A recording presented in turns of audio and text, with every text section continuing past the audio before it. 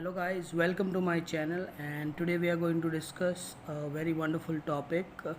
Describe a piece of equipment that is important in your home. अगर आप इस channel पे नए हैं तो प्लीज़ सब्सक्राइब कर दीजिए. In this question, Q cart basically you have to discuss how did you get it. आपको ये equipment कैसे आया था, कौन लाया था, what do you use it for. आप इस इक्विपमेंट को किस लिए यूज़ करते हैं, how often do you use it, कितनी बार यूज़ करते हैं, and explain why you think it is useful. और ये इंस्ट्रूमेंट इक्विपमेंट क्यों यूज़फुल है आपके घर में, ये आपको समझाना है. तो let us start with the introduction. First I will speak the answer in English and then I will explain it in Hindi. पहले मैं इंग्लिश में बता दूंगा, उसके बाद हिंदी का एक्सप्लेनेशन दूंगा. Today we are surrounded by technology and life has become so easy and convenient with equipment and gadgets. Our house is hard to imagine without some basic equipments like TV, washing machine, toaster, oven, heater and many more. This equipment make our work easy and even old people can live a good life with these equipments. They require very little physical activity. Basically if अगर हम बात करें तो today we are surrounded with technology. Our life is surrounded with technology and life has become easy and convenient with equipments. पूरी हमारी life है जो ये इक्विपमेंट के साथ बहुत ही कन्वीनियंट और इजी हो गई है. तो बेसिकली गैजेट्स बहुत इम्पॉर्टेंट है हमारे घर में. Our house is hard to imagine. Basically हम हमारे घर की कल्पना ही नहीं कर सकते इन इक्विपमेंट्स. ये बेसिक इक्विपमेंट्स के बिना हम सोच भी नहीं सकते कि हमारा घर ठीक तरह से हो सकता है. जैसे कि टीवी है, वॉशिंग मशीन है, टोस्टर है, हीटर है और बहुत सारे ये इक्विपमेंट्स जो है जो हम लाइफ को बहुत इजी कर देते हैं, हमारे काम को बहुत इजी कर सकते हैं और ओल्ड पीपल भी इसे आराम से यूज़ कर सकते हैं क्योंकि ये बहुत ही कम फिज़िकल एक्टिविटीज़ के साथ ये इक्विपमेंट के साथ जी सकते हैं, रह सकते हैं और ऑपरेट कर सकते हैं. सो ये इक्विपमेंट्स बहुत ही इम्पॉर्टेंट है हमारे घर के लिए. So now we will go toward the main answer. The main answer, अगर आप मेन आंसर सुनने से पहले अगर आपने सब्सक्राइब नहीं किया है तो एक बार कर दीजिए. Here I am going to talk about a washing machine at my home. इस टॉपिक में मैं बात करने वाला हूँ मेरे घर पे एक वॉशिंग मशीन जो लाए हैं उसके बारे में. My father bought it 2 months अगो. पापा मेरे 2 महीने पहले ये वॉशिंग मशीन लाए थे. There was a heavy discount on Diwali पे एक अच्छा सा डिस्काउंट चल रहा था. My mother faces so much trouble with old machine. मेरी मॉम को ओल्ड मशीन के साथ बहुत ही तकलीफ़ें हो रही थी. Sometimes it stops while working and it consume so much electricity. जो पुराना मशीन जो था हमारे घर पे वो बहुत ही अच्छे से काम नहीं कर सकता था और बहुत ही एनर्जी कंज्यूम करता था. तो और कई बार वो काम करते वक्त बंद भी हो जाता था. So my mother requested my dad to buy a new one. So मेरी मॉम ने मेरे डैड को रिक्वेस्ट किया कि एक नया ला दीजिए. This machine is fully automatic and has all advance features with very low energy consumption. और ये जो नया मशीन जो हम लाए हैं वो फुल्ली ऑटोमेटिक है और उसमें सब एडवांस फीचर्स है और वो बहुत ही कम इलेक्ट्रिसिटी कंज्यूम करता है. My mother washes our clothes on regular basis. मेरी माँ इस मशीन में रेगुलर बेसिस पे कपड़े धोती है. Sometimes she also prefers to wash covers, bed sheets, curtains of windows and many other fabrics like blanket and many more. उसके अलावा कपड़े धोने के अलावा मेरी माँ covers, bed sheet, curtains of Windows और बहुत सारे कपड़े और ब्लैंकेट की तरह वो इसमें धोती है. The new machine work smoothly in all conditions and it is efficient in cleaning. ये बहुत ही अच्छे तरह से ये मशीन काम करता है सारी कंडीशंस में. It is used more than 3 times in a week. ये एक हफ्ते में 3 से ज़्यादा बार इसका उपयोग होता है. I think it is very useful as it is automatic and very less physical activity is needed to operate it. Basically इस मशीन को ऑपरेट करने में बहुत ही कम फिज़िकल एक्टिविटीज़ की ज़रूरत होती है और ये फुल्ली ऑटोमेटिक है. इट सेव्स एनर्जी और वाटर. और ये पानी की और इलेक्ट्रिसिटी की भी बहुत अच्छी ऐसी बचत कर देता है।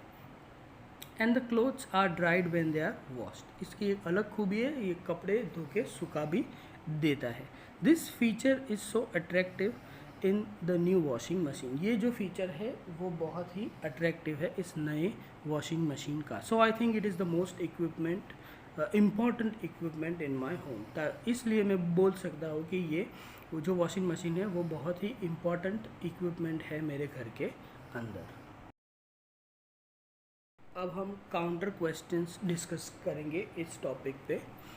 How do you think modern technology has change the way we work?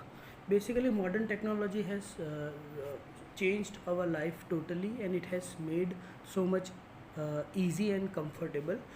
With modern technology, we can work more smoothly, efficiently, and more fast. Basically, modern technology ने हमारी लाइफ पूरी तरह से चेंज कर दी है। हम अच्छी तरह से लाइफ जी सकते हैं, बहुत ही इजी तरह से, और बहुत सारे गैजेट्स जो है जो हमें लाइफ को बहुत ही इजी और कंफर्टेबल बना देते हैं कंपैरिजन टू द पास्ट। पहले सब गैजेट्स थे वो मैन्युअली ऑपरेट करने होते थे। With the new technology, with the new gadgets, with the new equipments, we can say that the life has become so much easy, and even a small child can operate such equipments, and it is very much advanced in comparison to the past. Second question है, do you think that operating equipment at work can have some bad effects on the body? Definitely operating equipments can have bad effects. Basically अगर हम सब automatic machines के साथ काम करेंगे, if you work with all the automatic system, basically our life will become sedentary and we will not be physically active. So there are far more chances that we become obese, हम मोटे हो जाएंगे। तो इसका बहुत ही असर हो सकता है हमारी बॉडी पे। The third question is, do you think it is important for employees to be trained to use the equipment at work? Definitely yes. All the employees should be properly trained before using certain equipments. Otherwise it can cause an accident. It can be a fatal accident if they are not properly trained, because all these machines are very good at work, they work very fast, but definitely human intervention is necessary, or we can also say that proper training is required to make work more efficient and time saving. So all the सारे equipments के का उपयोग करने के लिए सबसे ज़्यादा training बहुत ही इम्पॉर्टेंट है। अगर ट्रेनिंग नहीं है तो चांसेस है कि कोई मर सकता है और उसके साथ कुछ एक्सीडेंट हो सकता है, and many things can happen. Do you agree that older people have difficulty in using advanced modern equipments? Definitely yes. Older people cannot use these equipments because they are not tech savvy. They face difficulty with English language, and sometimes they fail to understand the equipment. So definitely yes, they face difficulties with modern equipments. तो older people के लिए ये तकलीफ़ हो सकती है, because वो उन्हें लैंग्वेज का प्रॉब्लम होता है, वो टेक्नोलॉजी के साथ इतने स्मूथ नहीं होते, तो डेफिनेटली उन लोगों को ये तकलीफ़ हो सकती है. How can we help elderly people to use this modern devices? We can help the older people by training them, by giving them knowledge about technology, how it works, by teaching them English language so they can use it more efficiently. So हम older people को ज्ञान दे सकते हैं technology के बारे में, उनको use करना सिखा सकते हैं ताकि वो ये सब चीज़ें आराम से यूज़ कर सकें. और द लास्ट क्वेश्चन है, are there any advantages of using modern equipments too much at home? Definitely there are so many advantages, because they make life easy and smooth and fast also. Basically working people need today modern equipments because they have very less time to cook, clean and do other things. So basically definitely there are so many advantages, but physical activity should not be ignored. तो basically advantage तो बहुत सारे हैं, क्योंकि life को ये बहुत ही easy simple कर देते हैं, और बहुत ही लेस टाइम में ज़्यादा काम हो सकता है. With single person a house can be operated very smoothly if the house is equipped with all these equipments, and basically a good life can be lived. But yes, definitely physical activities को ignore करना नहीं चाहिए.